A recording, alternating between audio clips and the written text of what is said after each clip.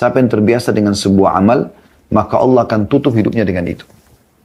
Artinya, kalau Anda mau tahu orang ini husnul khatimah atau tidak, lihat beberapa hari sebelum dia meninggal.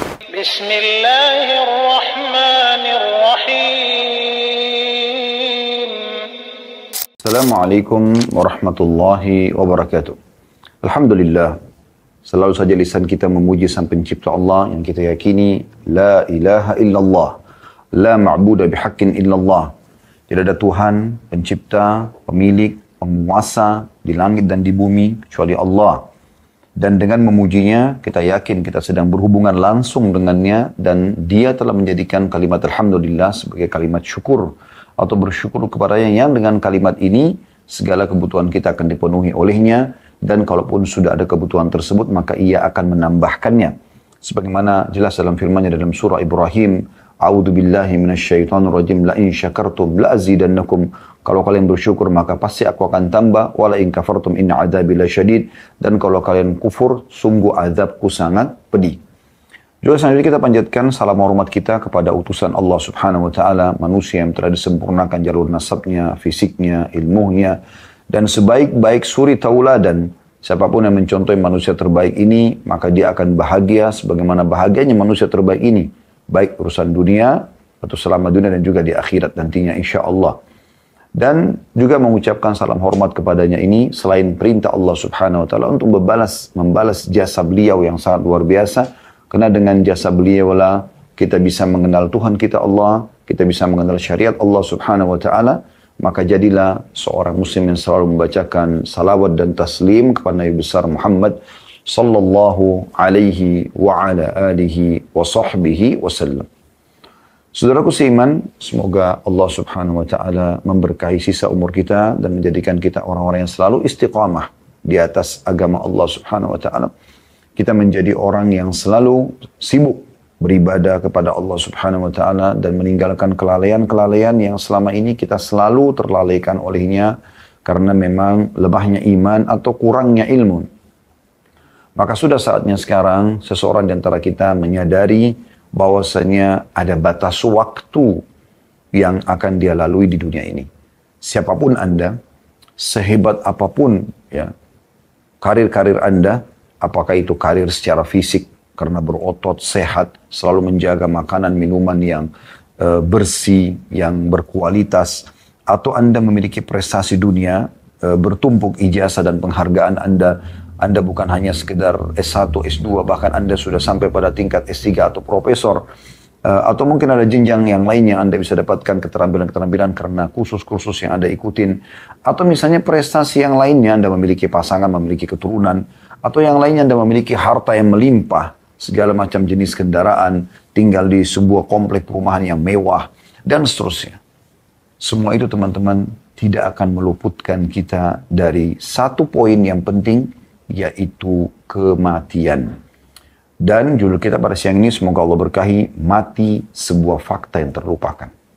Saudaraku seiman, kita harus menyadari dulu bahwasanya mungkin tema ini bukan tema yang baru. Selain kami sudah sering membahasnya, juga mungkin para ustadz-ustadz, para kiai, para masyayikh, ulama-ulama kita sudah membahas masalah kematian tidak asing. Dan Anda pun tahu itu, ya, masalah kematian. Lalu kenapa kita mengulangi tema ini? Karena kita ingin menjalankan sabda Nabi Sallallahu Alaihi Wasallam. Hadis yang masyhur sekali, dan hadis ini memang perintah Nabi Sallallahu Alaihi Wasallam untuk memperbanyak mengingat kematian itu. Sabda beliau yang masyhur dan hadis ini, hadis yang diriwayatkan Ibnu Hibban dan Al-Baihaqi dan dihasankan oleh Syekh Albani, yang berbunyi, kata Nabi SAW, "Akthiru dzikra hadhimil ladzati fa innahu ma dzakarahu ahadun fi diqin minal 'aishi illa wasi'ahu wala fi sa'atin illa dayyaqahu 'alaihi." Artinya perbanyak, kata Nabi SAW. Jadi beliau sendiri memang memerintahkan umatnya akthiru, perbanyak. Sering sampaikan ceramah-ceramah wahai para da'i tentang kematian.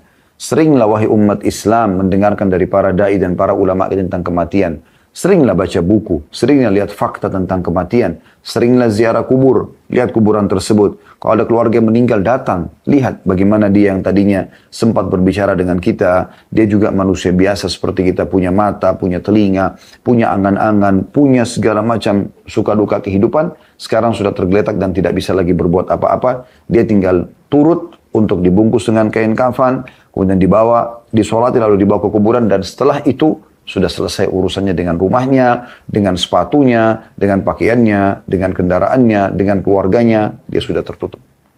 Orang akan mengenang dia sehari, 2 hari, 3 hari, seminggu, sebulan setelah itu. Apalagi kalau kita sudah bicara regenerasi. Sekarang teman-teman yang mengikuti acara kita ini, saya tanya, apakah Anda pernah mengenang kakeknya kakek Anda? Ya. Kakeknya kakek Anda. Neneknya nenek Anda misalnya. Atau kakeknya ayah kita saja. Atau neneknya ayah kita. Atau kakek ibu, nenek ibu.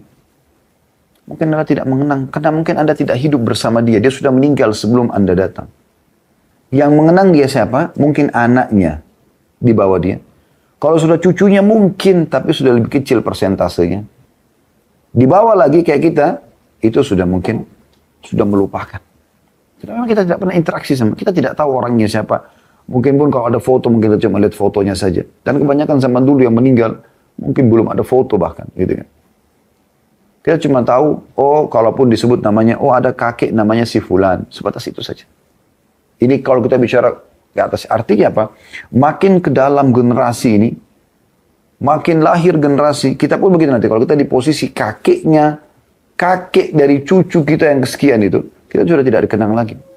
Kecuali Anda memang memiliki amal-amal saleh, Anda memiliki buku yang memang bermanfaat bagi umat, amal jariah, Anda punya pesantren, Anda punya masjid, Anda punya sesuatu mungkin yang mungkin bisa membuat orang mengingat itu. Tapi kalau setelah itu sudah tidak lagi. Jadi teman-teman sekalian, kita akan dikenang oleh orang-orang sebatas beberapa waktu. Setelah itu selesai. Ya.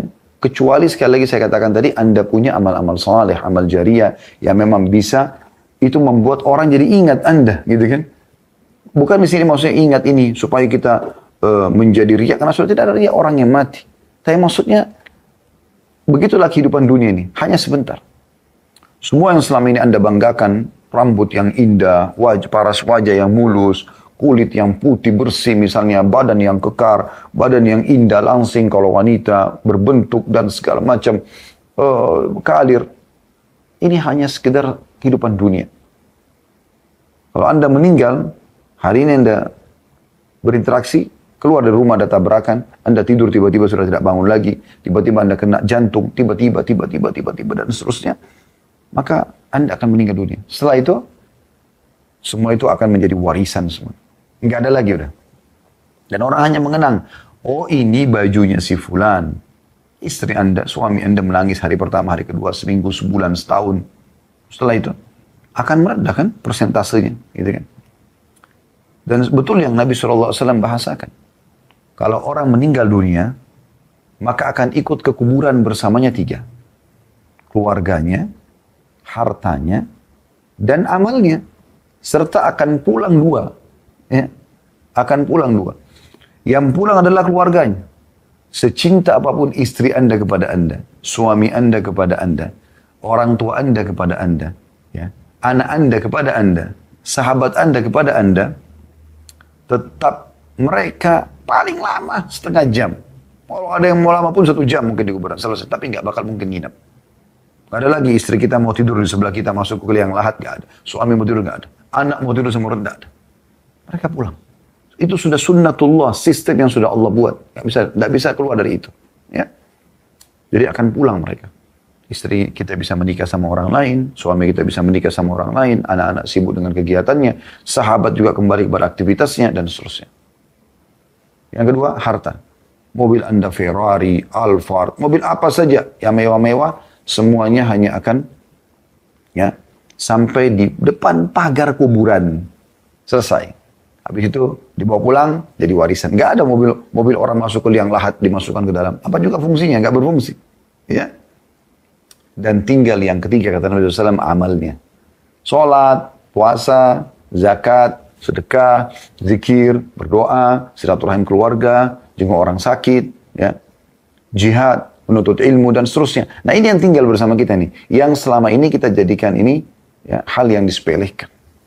Sholat asal jadi, puasa kapan ada kesempatan, sedekah perhitungannya luar biasa. Padahal semuanya itu yang dia butuhkan. Ya. Jadi perlu teman-teman sekalian kita membahas tema seperti ini.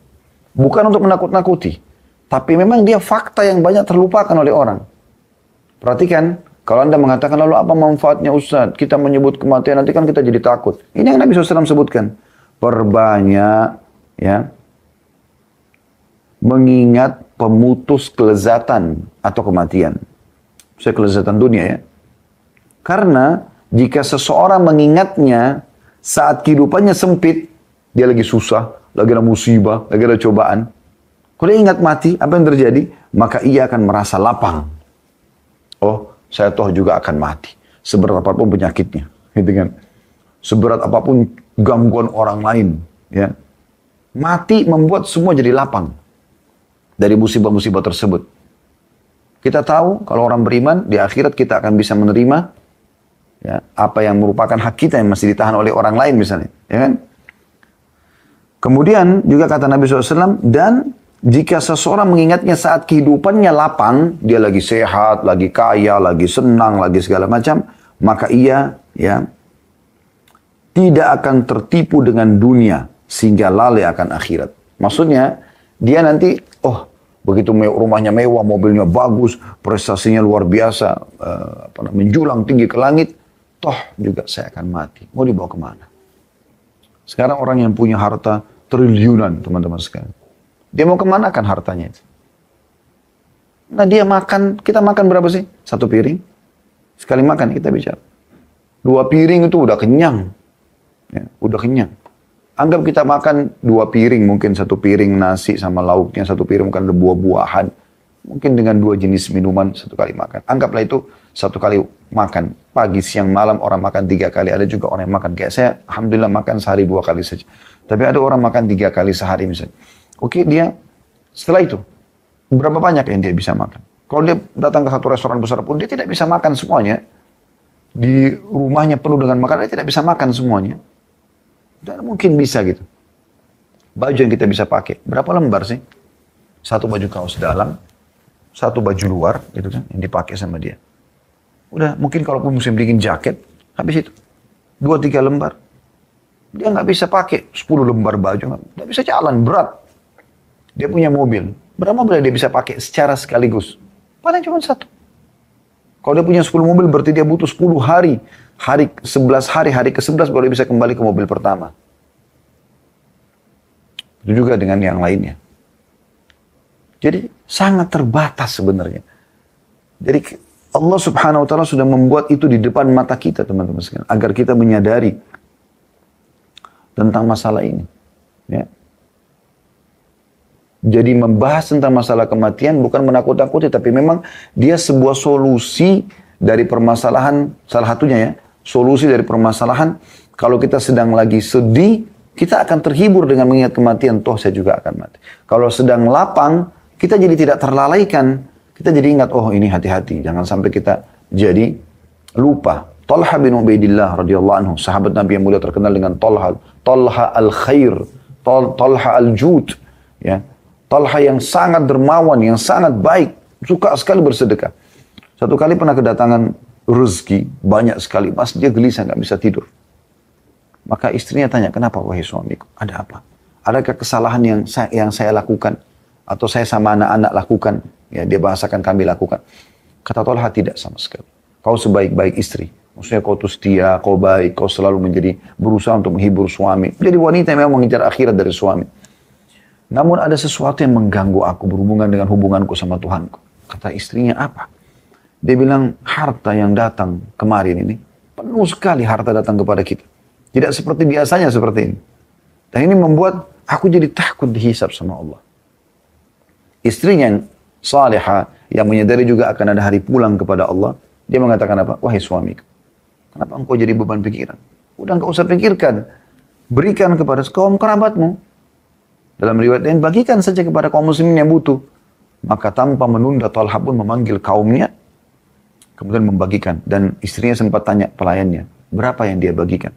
Kata pelayannya, 400.000 dirham. Miliaran uang dihabiskan. Dia tidak mau uang itu menjadi beban buat dia, dan sementara dia masih punya peluang untuk melakukan kegiatan-kegiatan kebaikan. Ya. Ini luar biasa. Gitu.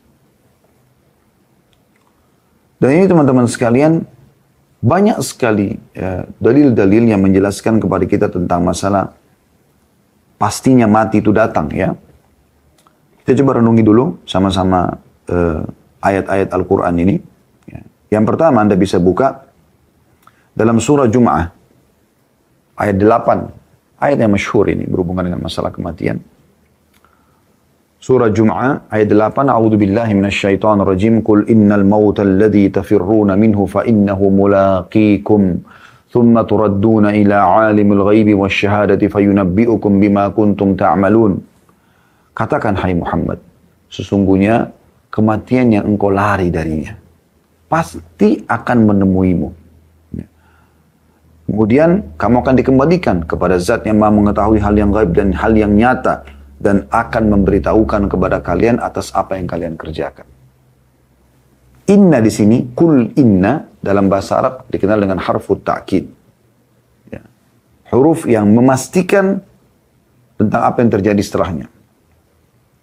Innal mauta, sesungguhnya kematian pasti, itu maknanya. Ya. Akan terjadi. Cepat atau lambat. Ya. Anda mau atau tidak mau, akan terjadi. Mati pasti akan datang. Bisa Anda duluan, atau istri Anda duluan, atau suami Anda duluan, atau orang tua Anda duluan, atau anak Anda duluan, ya. Atau sahabat Anda duluan, dan sekian banyak kejadian yang bisa terjadi. Ya. Jadi ini dulu poinnya. Saya harap Anda ikutin step by step nanti, supaya Anda sampai kepada sebuah poin yang kami inginkan, supaya kita bisa menjadikan mati ini benar-benar sebagai peringatan seperti Nabi SAW katakan, dan bukan sebagai momok yang menakutkan, tapi sebuah kendaraan yang membuat kita jauh lebih siap untuk menghadapi kematian yang sudah pasti faktanya. Dan kita sekarang masih di poin awal-awal, bagaimana memastikan atau menjelaskan kalau mati pasti akan datang. Ini dalil yang pertama dari Al-Quran, surah Jum'ah, ayat 8.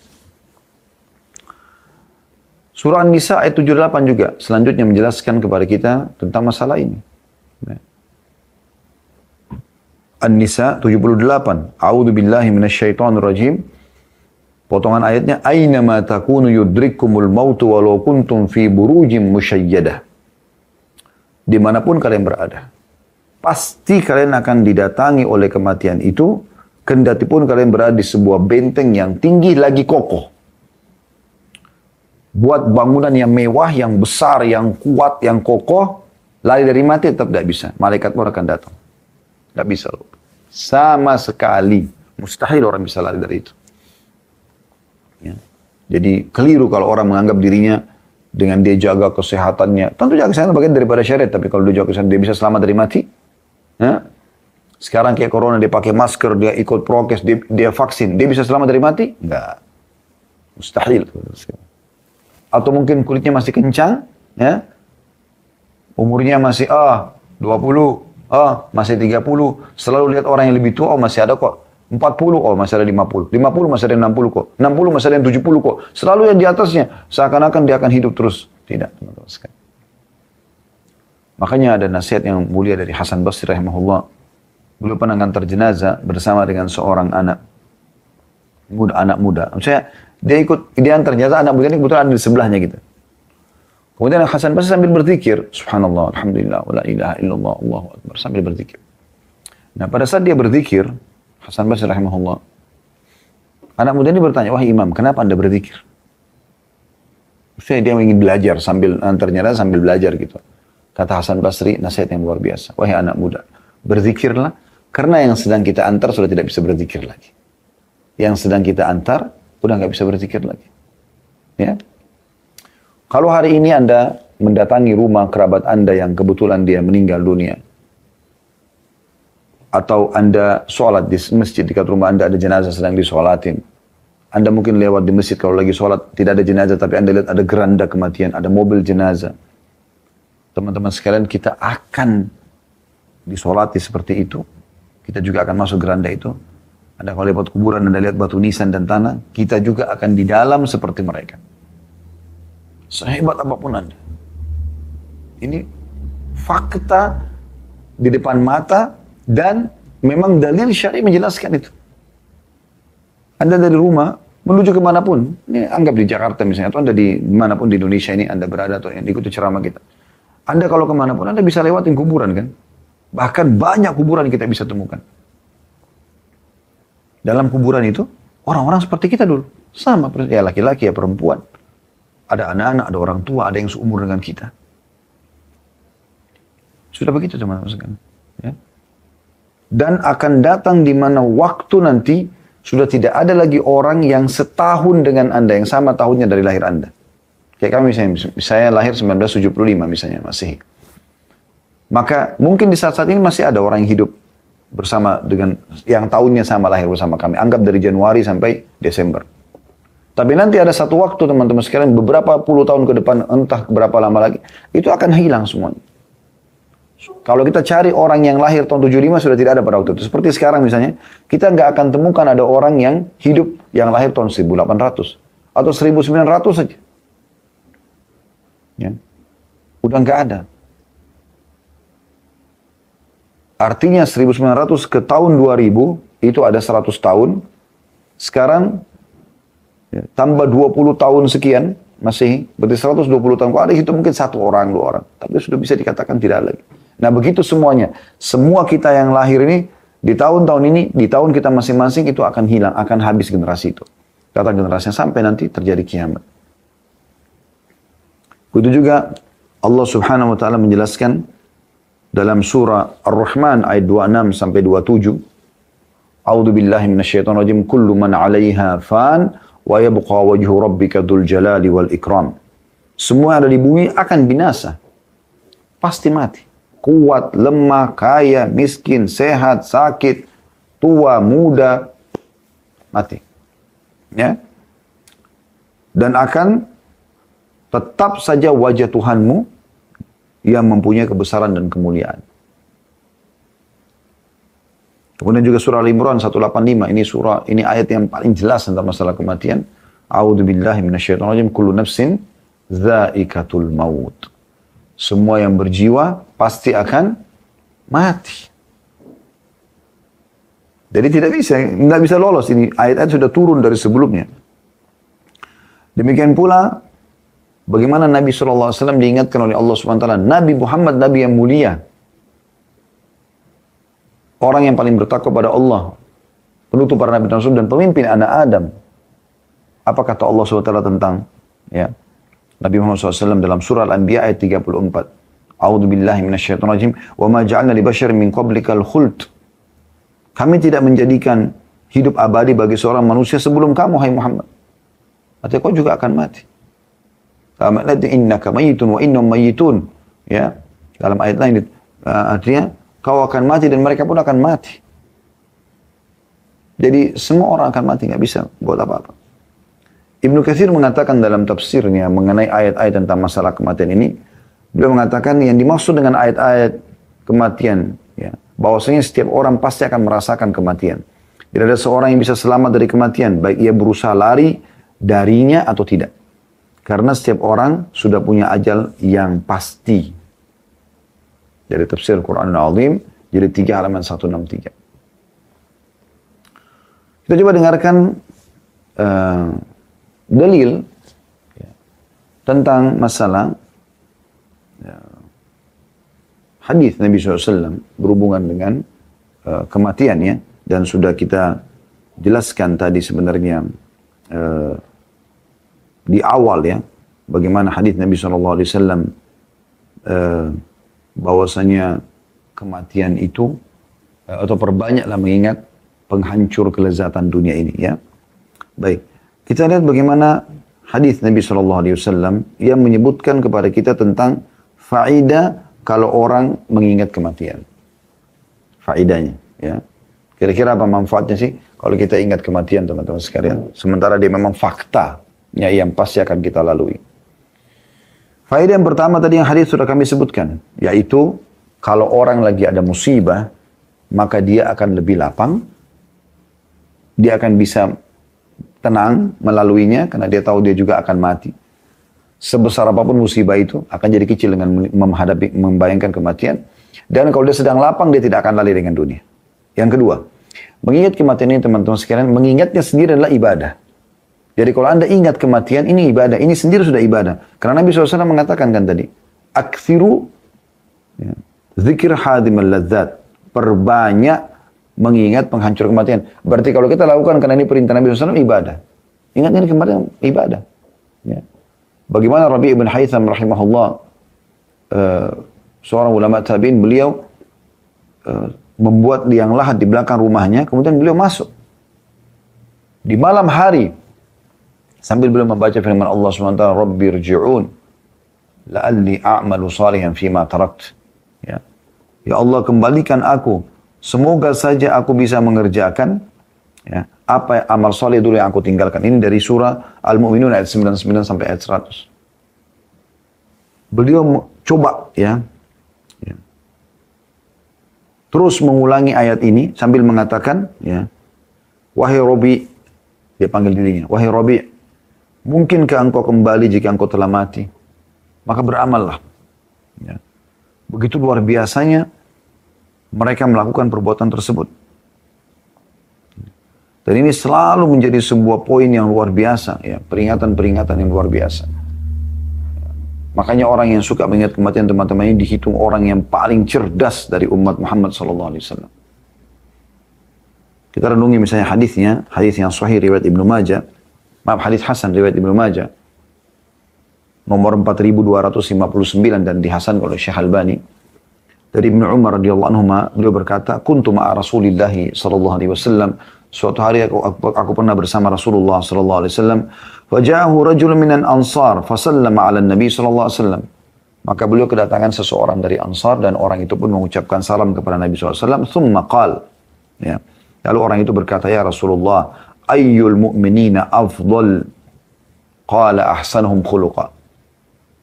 Orang ini mengatakan, wahai Rasulullah, orang mukmin mana yang paling afdal? Dan ini pertanyaan teman-teman muncul karena keimanan seseorang ya. Dia bertanya, orang mukmin apa yang paling afdal? Maksudnya paling disukai Allah, ya, paling baik intinya. Dia paling bahagia di dunia, paling bahagia di akhirat nanti. Itu kurang lebih makna afdal, ya, mencakup semuanya. Maka kata Nabi SAW, orang mukmin, dia sudah mukmin dan paling baik akhlaknya. Santun, ramah, dermawan, pemaaf, semua. Maka itu yang paling afdal udah. Di dunia dia aman, pahalanya banyak, orang suka, Allah ridho sama dia, di akhirat dia juga akan mendapatkan derajat yang tinggi di surga. Ya. Sampai kata Nabi SAW dalam hadis lain, menguatkan ini, sesungguhnya orang-orang yang memiliki akhlak yang mulia, itu akan mencapai derajat orang yang sholat dan puasa, gitu kan. Walaupun sebenarnya amal mereka tidak sama. Secara kuantitas ya. Kemudian orang itu bertanya lagi, qala fa'ayyul mu'minina akyas. Lalu orang mukmin mana yang paling cerdas? Sebenarnya pertanyaan tadi yang pertama sudah cukup ya teman-teman. Tapi sahabat ini luar biasa. Orang Ansar ini cerdas sekali dia. Dia bukan cuma mengatakan orang mukmin mana yang paling afdal, sudah cukup. Ya orang yang paling baik akhlaknya. Tapi dia ingin lebih jauh lagi. Kalau begitu ya Rasulullah, baik. Kita sudah beriman. Seakan-akan beliau ingin mengatakan itu. Lalu siapa di antara kami yang beriman ini yang paling cerdas? Menurut perhitungan anda atau pendapat anda ya Rasulullah. Qala, maka Nabi SAW ingatkan. Ini saksi bahasan kita. Aktsaruhum lil mauti dzikra, orang yang paling banyak mengingat kematian, wa ahsanuhum lima ba'dahu isti'dadan ulaikal akyas. Yang paling banyak punya persiapan untuk kematian itu, ya, maka mereka adalah orang yang paling cerdas. Jadi dua hal yang Nabi SAW sebutkan. Yang paling cerdas ini, Anda mau nilai cerdasnya orang, ini cerdas yang menurut Nabi SAW. Yaitu orang yang selalu ingat mati. Ya. Bukan menakuti dirinya, tapi dia tahu dia akan mati. Maka selalu uangnya dia sedekahkan, selalu dia tidak mau ketinggalan sholat, selalu dia berpuasa pada saat kesempatan, selalu baca Quran, selalu bakti sama orang tua, selalu berbuat baik terus. Karena dia tahu dia bisa mati setiap saat dan dia selalu meninggalkan dosa. Karena mengingat kematian. Dan yang paling banyak punya persiapan setelah kematian itu. Rugi teman-teman sekalian kita kalau meninggal nanti di akhirat. Lalu kita pernah meninggalkan sekali sujud, sekali sedekah, beberapa ayat Al-Quran, doa yang kita luputkan, bakti orang tua, dan seterusnya. Nyesal nanti di akhirat. Kenapa kita nggak lakukan kebaikan itu? Dan jangan tunggu penyesalan itu datang. Bersyukurlah teman-teman sekalian kita sebagai orang yang beriman kepada Allah Subhanahu wa taala ini. Diberikan bocorannya. Anda sekarang mendengarkan apa yang kami sampaikan ini sebenarnya sudah mendapat bocorannya. Allah sudah sampaikan tentang kematian akan datang dan sudah panjang lebar dijelaskan dalam Al-Qur'an, dalam hadis tentang masalah bagaimana prosesi kematian, bagaimana awal kita diciptakan dari Adam dan Hawa alaihi wassalatu wassalam sampai turun-temurun manusia, bagaimana Allah turunkan syariat, Allah turunkan kitab, dan apa yang harus kita lakukan selama di dunia, mana baik, mana buruk. Yang mana yang Allah ridho, mana yang Allah murka. Kemudian ada kematian, lalu bagaimana orang melalui proses kematian, malaikat maut datang mencabut ruh, kemudian juga bagaimana masuk dalam kuburan, alam barzah, bagaimana kehidupan misalnya menjadi taman dari taman surga, lubang dari lubang neraka, bagaimana nanti akan ada kebangkitan, hari mahsyar, hari kebangkitan. Anda selalu baca dalam surah Al-Fatih, Maliki Yawmiddin, Raja, hari pembalasan gitu kan. Allah SWT mengatakan dalam banyak ayat Al-Quran, wa ilaihin nusyur, kepada yang kalian akan dikembalikan, dan kita selalu baca di zikir pagi itu kan. Ya. Wa bika asbahna, wa bika amsina, wa bika nahya, wa bika namut, wa ilaikan nusyur. Jadi kita selalu membaca, Allah bika asbahna, ya Allah kami tiba pada pagi hari. Ya. Wa bika amsina, dan kami tiba juga dengan sore hari dengan izinmu.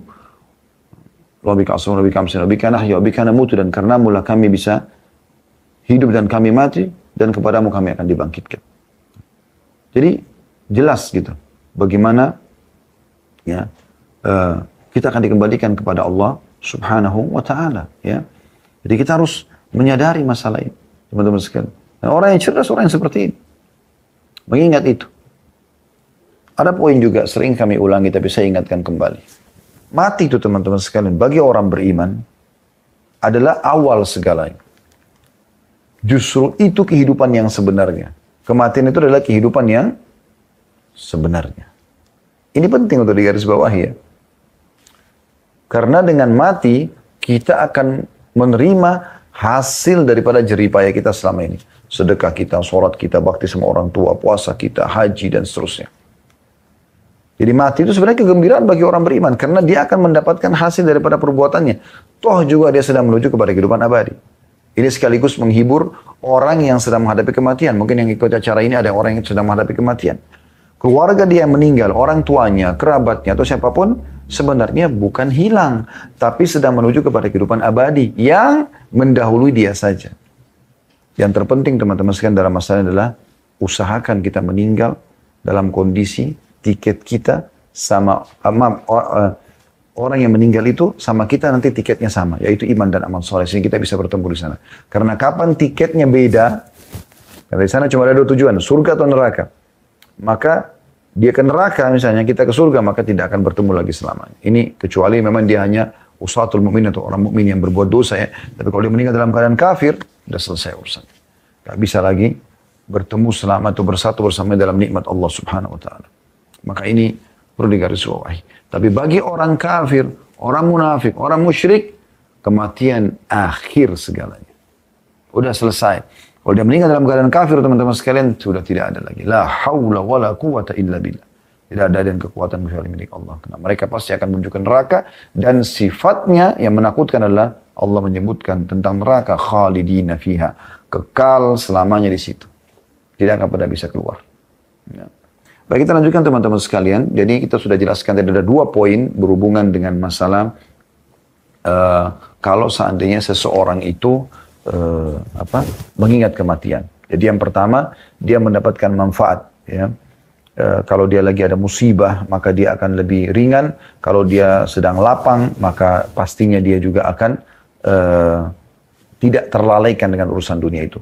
Yang kedua, mengingat kematian sendiri adalah itu ibadah kepada Allah Subhanahu wa taala. Dia ada nilai sendiri di sisi Allah Subhanahu wa taala. Ada nilai sendiri di sisi Allah Subhanahu wa taala. Karena memang Nabi SAW mengingatkan tadi akthiru zikr hadiman ladzat atau perbanyak mengingat kematian. Kalau Anda ingat kematian juga, Anda bisa lebih khusyuk dalam sholat. Itu disebutkan dalam sebuah hadis. Ya, hadis ini dihasankan oleh Syekh Al-Albani, diriwayatkan oleh Ad-Dailami. kata Nabi SAW, "Udhkurul mauta fi salatik, fa inna rajula idha dhakara al-mauta fi salatihi, fahariyun an yuhsina salatahu, wa salli salata rajulin la yadhunnu annahu yusalli salatan ghairaha, wa iyyaka wa kulla amrin ya'tadhiru minhu." Artinya, ingatlah kematian dalam sholatmu. Ya. Bayangkan setelah sholat ini mati. Gitu kan? Itu yang kita bayangkan. Karena jika seseorang mengingat mati dalam sholatnya, maka ia akan memperbagus sholatnya. Sholatlah seperti sholat orang yang tidak menyangka bahwa ia masih punya kesempatan sholat lagi setelah ini.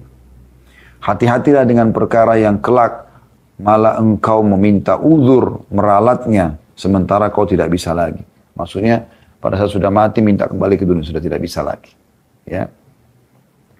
Kalau seandainya teman-teman sekalian ada orang di antara kita, misal contoh saja ini, dia ditangkap, ditawan oleh musuh.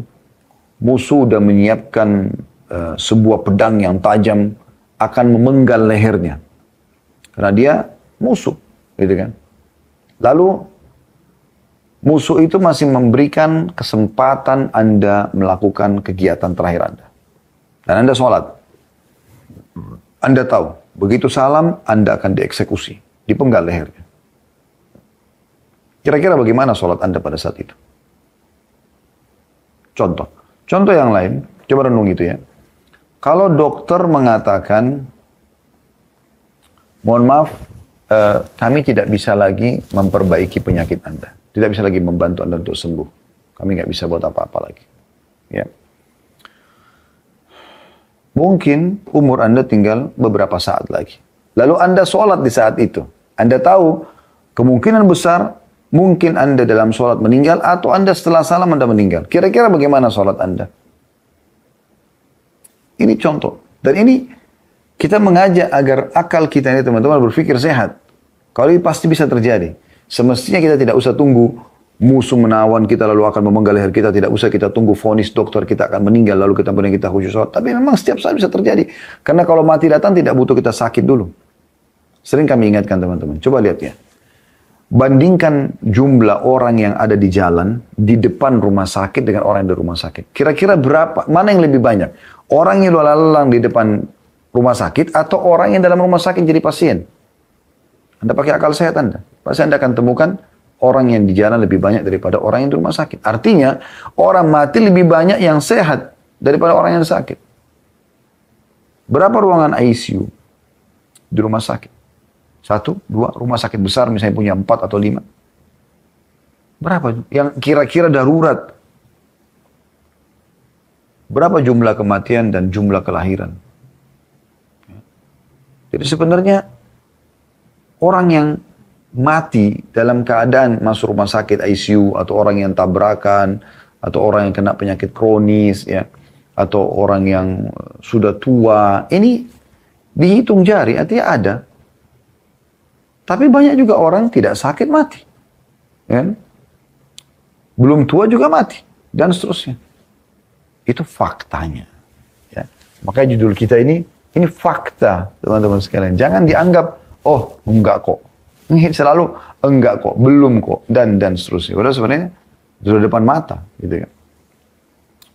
Makanya sebuah syair yang menarik dari seorang penyair Arab mengatakan, "Ya bani Adam, ila mata anta fi lahwin wa la'ibin, wal mautu ka nahwaka fatihan fahu." Wahai anak Adam, sampai kapan kau mau lalai? Sementara kematian depan matamu sudah membuka mulutnya dan akan menerkammu. Sampai kapan kita mau jadi orang jahat? Pendusta, penipu, penggibah, pemfitnah, ya, manipulasi data, apalah segala macam. Sampai kapan? Sampai kapan ini? Sementara itu membuat Allah murka, Allah catat sebagai dosa, dan Allah buat juga manusia tidak suka sama kita. Percaya teman-teman sekalian, manusia tidak suka dengan kita. Dengan perbuatan itu, manusia tidak suka. Ya. Sampai kapan kita mau lakukan semua itu? Teman-teman sekalian, ada hal juga yang penting yang harus kita garis bawahi setelah mengetahui tadi poin-poin yang kami sampaikan itu. Tentang bagaimana kita mati yang baik. Ya. Toh kita pasti akan mati kan, sudah jelas dari dalilnya sekarang. Bagaimana kita mati yang baik, yang dikenal dengan husnul khatimah. Bagaimana juga kita bisa mengetahui kerabat kita atau orang depan mata kita meninggal dalam keadaan baik. Dan bagaimana kita bisa tahu kalau dia meninggal bukan dalam keadaan baik. Tentu kita dahulukan diri kita lah. Kita berharap kitanya sendiri teman-teman sekalian mati dalam keadaan baik tentunya. Yang pertama yang dijelaskan dalam hadis Nabi alaihi salatu wassalam, ya, yaitu kalau dia sempat mengucapkan la ilaha illallah pada saat mau meninggal. Ini sudah jelas. Ya.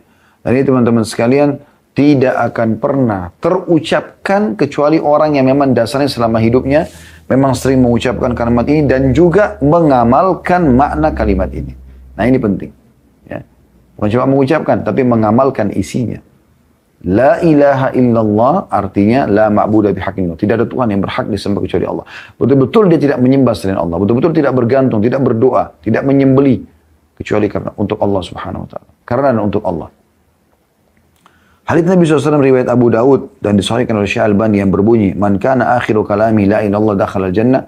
Siapa yang akhir kalimatnya la ilaha illallah maka dia akan masuk ke dalam surga. Maksudnya adalah orang yang Allah berikan taufik untuk mengucapkan ini. Walaupun anda hafal mati la ilaha illallah, kalau Allah tidak ingin anda sempat mengucapkan, anda tidak akan mengucapkannya. Maka ini tanda-tanda husnul khatimah. Ya. Oleh karena itu kita selalu diingatkan oleh Nabi SAW dalam banyak hadis, "Lakkinu mautakum."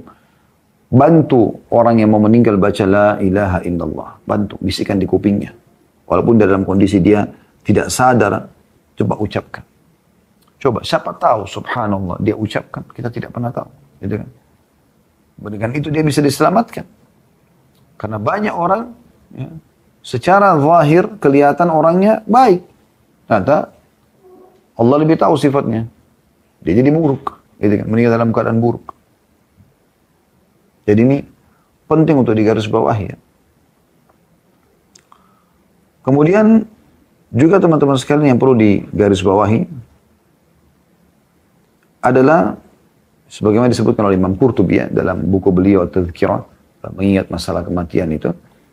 Hadis yang beliau angkat, hadis yang diriwayatkan Tirmidzi, Ibnu Majah, An-Nasai, Ahmad. Hadis ini juga ya dinyatakan sahih oleh Syekh Albani, di mana Nabi SAW bersabda, "Mautul mu'mini bi'irkil jabin."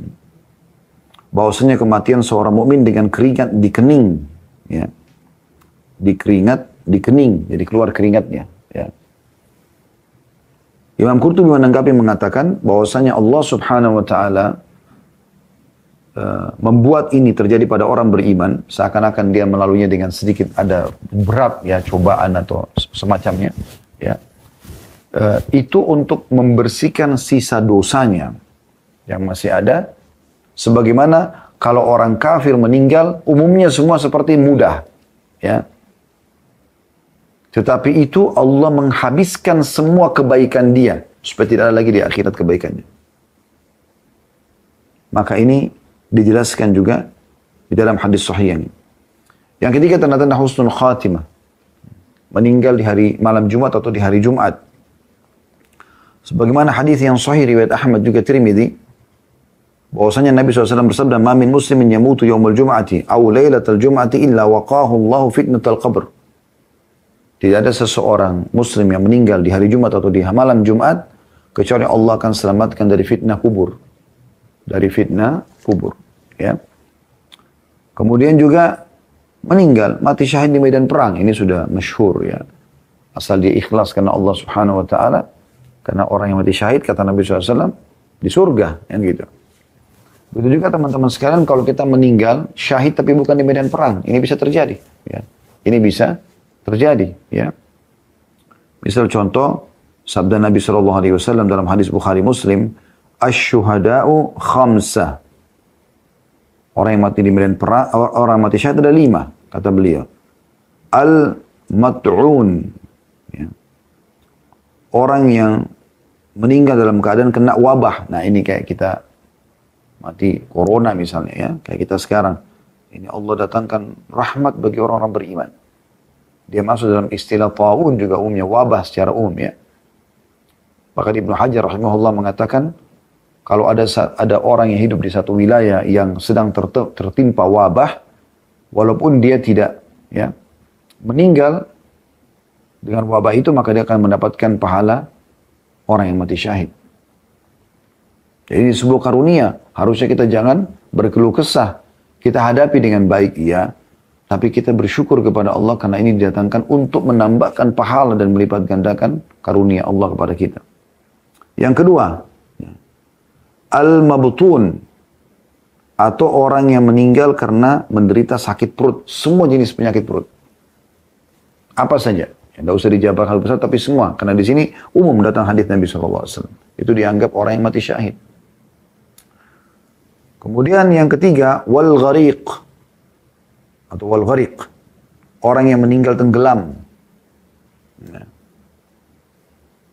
Naik kapal tenggelam, pesawatnya jatuh tenggelam di laut, dia meninggal di situ. Dan berapa sering kita dengarkan di Indonesia, Masya Allah, kayak Allah pilih mereka bisa meninggal tenggelam.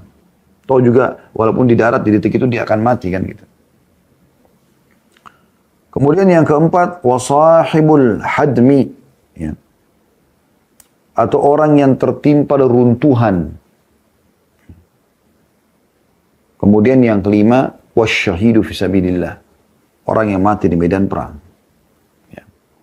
Mungkin Anda berpikir, kalau kita berharap Ustadz diberikan kematian begitu oleh Allah, kan kita juga takut. Runtuh bangunan, kepala kita pecah hancur gitu kan. Atau kita kena penyakit perut dulu, kita kesakitan, kemudian kita mati. Ya. Atau tadi kena wabah dulu, kayak orang corona, nggak bisa bernapas, sesak nafas. Ya. Ayah kami pun rahimahullah meninggal tepat tahun lalu, Agustus seperti ini. 1 tahun yang lalu beliau meninggal kena corona. Atau berperang di jalan Allah, ditusuk musuh, dipenggal lehernya, dicincang. Sepertinya ada sesuatu yang membuat kita takut. Saya akan berikan jawabannya, supaya Anda tidak usah takut. Teman-teman sekalian. Mati itu hanya satu. Proses, ya. Maksudnya, kematian itu sendiri, satu saja. Yang dirasakan. Masalah prosesinya berbeda-beda, itu prosesinya saja. Sehingga ada bahan cerita di kalangan manusia. Ada yang ditabrak kereta api kepalanya hancur, ada yang dipenggal leher oleh musuh, ada yang kena bom, ada yang kena penyakit kronis, ada yang mati di atas ranjang tanpa sebab, ada yang lagi jalan tiba-tiba jatuh mati. Prosesi bisa berbeda. Tapi mati itu satu. Yang dirasakan apa? Sakaratil maut. Proses pencabutan ruh dari malaikat maut. Itu saja. Jadi sebenarnya orang yang ditabrak kereta api kepala yang hancur tidak akan mengatakan, aduh kepala saya hancur sakit. Atau tadi kena runtuhan, jatuh bangunan, hancur dia. Wih kesian ya kepalanya hancur. Enggak. Dia tidak rasa lagi itu. Yang dia tahu malaikat maut datang mencabut ruhnya, selesai. Ya, itu perlu digarisbawahi. Begitu juga dengan orang yang ditusuk oleh musuh, dipenggal lehernya, dia nggak rasa lagi itu. Karena itu hanya hitungan detik. Ya. Selesai, makanya dia tahu cuma malaikat maut datang mencabut ruhnya. Dan Nabi SAW sudah berikan kita bocorannya. Kalau dia orang beriman, maka ruhnya akan keluar dari tubuhnya seperti air dari mulut kendi. Mudah sekali. Dan belum sesaat keluar, diambil oleh malaikat rahmah, kasih sayang di kiri kanannya, yang menaruhnya dibungkusnya dengan kain kafan dari surga. Lalu dibawa ke langit, kata Nabi SAW. Setiap menembus 7 lapis langit, semua malaikat di atas langit itu mengatakan kepada malaikat rahmah yang membawanya, siapa ini? Ruhnya siapa ini? Sungguh mulia. Kata Nabi SAW, karena ruh itu mengeluarkan bau lebih wangi dari kasturi. Ini semoga kita termasuk insya Allah di dalamnya. Ini luar biasa. Kalau dia orang fasik, kafir, maka akan tidak mau keluar ruhnya dari tubuhnya. Kemudian malaikat pun mencabut dengan keras, sehingga berantakan seperti bulu domba yang basah dililitkan di pohon bulu lalu ditarik dengan keras. Kan gitu. Seperti itu. Kemudian dibungkus dengan kafan dari neraka, lalu dibawa ke langit. Baru tiba di langit pertama saya, malaikat sudah menolak. Mengatakan, rohnya siapa ini? Kata Nabi SAW, kena mengeluarkan bau lebih busuk dari bau bangkai. Wa na'udzubillah. Ya. Itu yang terjadi teman-teman sekalian. Di dalam hadis yang lain, kata Nabi SAW, Ash-shahadatu sab'un siwal qatli fi sabilillah. Mati syahid itu ada 7 Ya. Selain terbunuh di medan perang. Al-mat'un, orang yang mati meninggal karena wabah, syahidun, mati syahid. Jadi tidak ada keraguan masalah ini. Ya. Termasuk masalah corona insya Allah. Wal-ghariqu, syahid, orang yang tenggelam, mati syahid. Wa sahibu dhatil jambi, syahid. Ya. Orang yang punya luka lambung lalu mati. Sakit perutnya. Wal mabtun, syahid. Orang yang sakit perut, mati. Tadi lambungnya. Ini orang yang mati sakit perut juga. Wa sahibul hariq, syahid. Orang yang mati kebakaran, juga mati syahid. Walladhi yamutu tahtal hadmi, syahid. Dan orang yang meninggal kena reruntuhan bangunan, mati syahid. Dan yang terakhir ini bagi perempuan. Wal mar'atu tamutu bijum'in, syahid. Dan perempuan yang mati dalam keadaan bayinya masih dalam perut atau proses melahirkannya. Jadi wanita yang meninggal karena melahirkan, ya, baik itu dalam keadaan proses melahirkan lalu meninggal dia, atau masih dalam masa nifas dia meninggal, maka dia syahid. Dan hadits ini diriwayatkan Abu Daud, dan hadits ini ya disahihkan oleh para ulama hadits. Berarti ada 8 orang mati syahid ya. Yang dikatakan dalam hadits ini, ada 7 orang mati syahid selain yang terbunuh di jalan Allah. Berarti sudah 1. Mati di medan perang, asal dia ikhlas karena Allah, Allah berikan dia.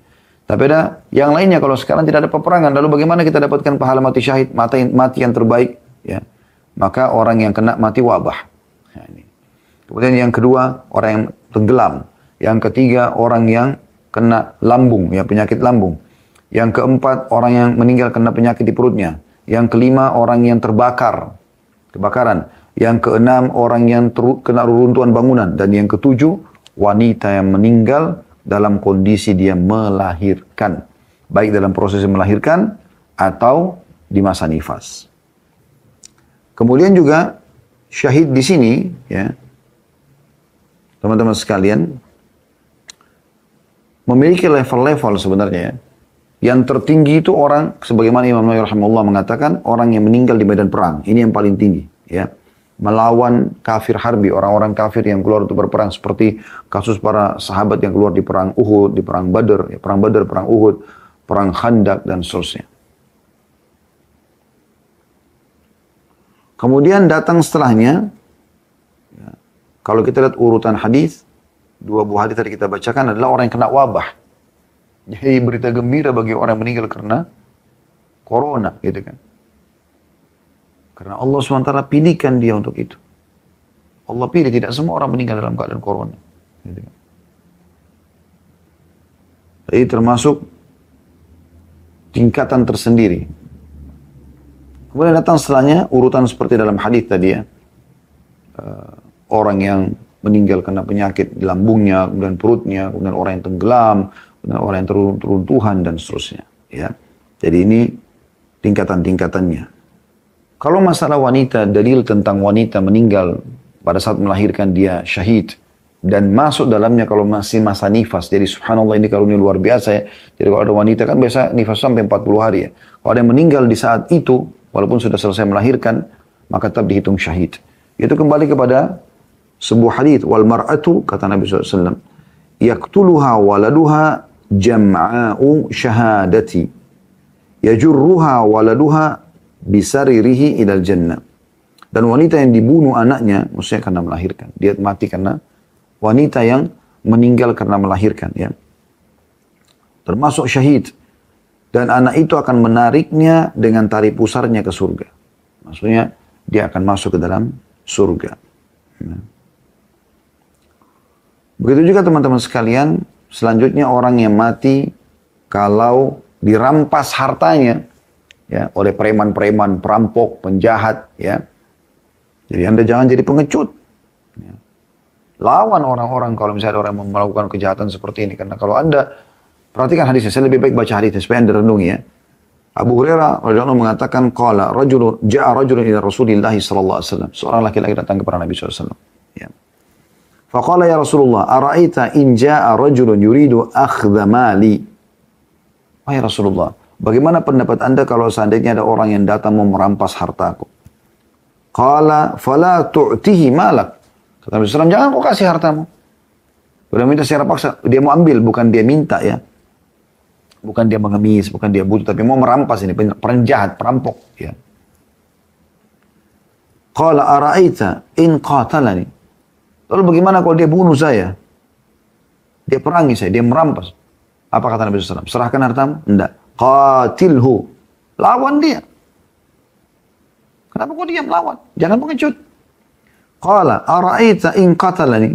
Qala fa anta syahid. Lalu bagaimana kalau aku terbunuh ya Rasul? Dia bunuh aku, kata Nabi SAW. Kau mati syahid. Karena aku bela hakmu. Qala ara'aita in qataltuhu. Qala huwa finnar. Wahai Rasulullah, bagaimana kalau seandainya saya bunuh dia? Kata Nabi SAW, dia masuk neraka. Nah, jadi salah satu tiket mati syahid adalah bagaimana kita membela harta kita. Bela kehormatan. Hadisnya riwayat Muslim. Begitu juga dalam riwayat lain, Ja'a rajulun ila Nabi sallallahu alaihi wasallam faqala ar-rajul ya'tini fayuridu mali. Ada seorang datang kepada Nabi sallallahu alaihi wasallam mengatakan, "Ya Rasulullah, bagaimana orang kalau ingin merampas hartaku?" Ya. Maka Nabi sallallahu alaihi wasallam mengatakan, "Zakirhu billah." Ingatkan dia kepada Allah. Letak kepada Allah, enggak boleh kau rampas haknya orang lain dan segala macam. Qala fa in lam ya yazakkar. Qala fasta'in alaihi min man haulaka minal muslimin. Kalau dia tidak mau, ya Rasulullah, dia tidak mau dengar kita nasihatin, jangan mencuri, jangan merampok, nggak boleh, jangan kau ambil ini bukan hakmu. Dia itu nolak, kata Nabi SAW, minta tolong kau dari kaum muslimin yang ada di sekitarmu. Qala fa in lam yakun hauli ahadun minal muslimin. Kalau seandainya ya Rasulullah, kata orang itu, di sekitarku tidak ada orang-orang dari kaum muslimin yang bisa bantu. Qala fasta'in alihi bis sultan. Minta tolong pada pemerintah, aparat. Qala fa in lam ya ayyu sultani anni. Kalau seandainya tidak ada pemerintah, pejabat atau aparat yang bisa membantuku ya Rasulullah. Qala qatil duna malik hatta takuna minasy syuhada'il akhirati aw tamna' malik. Kalau begitu perangi dia. Sehingga kalau kau terbunuh, kau pasti akan menjadi salah satu dari para syuhada ya, pada hari kiamat nanti. Atau kalau kau tidak terbunuh, kau bisa berhasil menyelamatkan hartamu. Hadis ini riwayat An-Nasai, Ahmad, dan hadis ini dinilai sahih. Begitu juga hadis yang masyhur, hadis riwayat Abu Daud, An-Nasai, dan hadis ini juga hadis sahih. Kata Nabi SAW, ya, man qutila duna mali fahuwa syahid. Siapa yang terbunuh karena membela hartanya, maka dia mati syahid. Wa man qutila duna ahlihi au duna mali au duna dini fahuwa syahid. Dan siapa yang terbunuh karena membela keluarganya, istri sama anaknya, bela suaminya, bela anaknya. Atau membela darahnya, karena dia lagi diserang, kalau dia tidak membela, tidak melawan, maka dia bisa terbunuh. Atau membela agamanya, maka dia mati syahid. Begitu juga teman-teman sekalian, orang yang mati syahid, orang yang dihidup mati syahid, orang yang meninggal di ribat. Ribat itu maksudnya mengikat diri di perbatasan antara muslimin dengan orang-orang kafir yang setiap saat mereka bisa menyerang ya kaum muslimin. Kata Nabi SAW, ribatu yaumin wa layla khairun min siyami syahrin wa qiyami. Min siyami syahrin wa qiyami. Ribat sehari semalam di jalan Allah itu lebih baik daripada puasa selama sebulan dan sholat malam sebulan. Wa in mata jara alaihi amaluhu alladhi kana ya'maluhu wa ujri alaihi rizquhu wa aminal fattan. Dan apabila dia meninggal pada saat lagi ribat, ya, berjaga-jaga di perbatasan antara muslimin dengan orang kafir, maka pahala amalnya yang telah diperbuatnya akan terus mengalir dan akan diberi rezeki baginya, dan ia akan terjaga dari fitnah kubur. Hadis ini riwayat Muslim. Kemudian juga yang termasuk husnul khatimah teman-teman, meninggal dalam keadaan amal saleh. Sesuai dengan hadis Nabi SAW, "Man qala la ilaha illallah ibtigha'a wajhillahi khutima lahu biha dakhala al-jannah Barang siapa yang mengucapkan la ilaha illallah karena wajah Allah, kemudian amal itu menjadi penutup baginya, maka ia masuk surga. Wa man shama yawman ibtigha wajhillahi khutima lahu biha dakhala al-jannah. Dan barang siapa yang berpuasa karena mencari wajah Allah, kemudian dia meninggal pada saat lagi puasa, maka dia akan masuk surga. Wa man tasaddaqa bi shadaqatin khutima lahu biha dakhala al-jannah. Dan siapa yang sedang bersedekah kemudian Allah matikan dia setelah itu, pada saat lagi sedekah, maka dengan itu dia bisa masuk ke dalam surga. Dan ini disebutkan oleh Syekh Al-Albani dan beliau mensahihkan dalam kitab Ahkamul Janaiz. Ya. Tentu ini jenis mati-mati yang baik, husnul khatimah ya. Dan cara kita mengetahui orang itu husnul khatimah atau tidak, jangan selalu menilai dari fisik. Ya, karena banyak orang melihat, oh kalau orang itu meninggal senyum, berarti dia husnul khatimah. Bisa saja terjadi, tapi itu bukan jadi tolak ukur. Karena Hamzah radhiyallahu anhu meninggal di Uhud, pada saat ditemukan jenazahnya, itu tidak dikenali wajahnya karena penuh dengan darah. Hidungnya dipotong, radhiyallahu anhu dadanya dibelah, berdarah semuanya. Gitu kan? Berapa banyak orang yang mati syahid seperti kisah Ashabul Ukhdud ya, yang Allah ceritakan dalam Al-Quran. Orang yang rame-rame beriman pada Allah lalu dimasukkan ke dalam sebuah parit yang ada api. Mereka dibakar, hangus, ya, hancur fisiknya. Tapi mereka mati syahid. Berapa banyak orang yang di medan perang ditusuk badannya, dipotong tangannya dan seterusnya. Dihitung mati syahid. Ya. Tapi bisa saja mungkin ada orang lagi meninggal sujud kemudian pada saat diletakkan dia seperti senyum, wajahnya ceria. Iya bisa saja.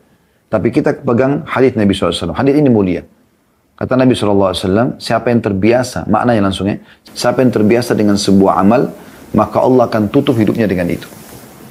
Artinya, kalau anda mau tahu orang ini husnul khatimah atau tidak, lihat beberapa hari sebelum dia meninggal. Kalau orang itu terbiasa baca Quran, dia akan meninggal dalam kondisi, memang beberapa hari itu terus yang dia kerjakan. Atau puasa, atau sedekah, atau hadir majelis ilmu, atau berjihad, atau apa saja. Dan kalau orang itu terbiasa dengan satu perbuatan, walaupun dia selama hidupnya kelihatan dia seperti orang yang baik, ternyata beberapa hari sebelum dia meninggal, dia mabuk-mabukan, dia berzina, maka berarti itulah dia. Orang itu di situ tolong ukur husnul khatimah atau su'ul khatimah. Allahu a'lam.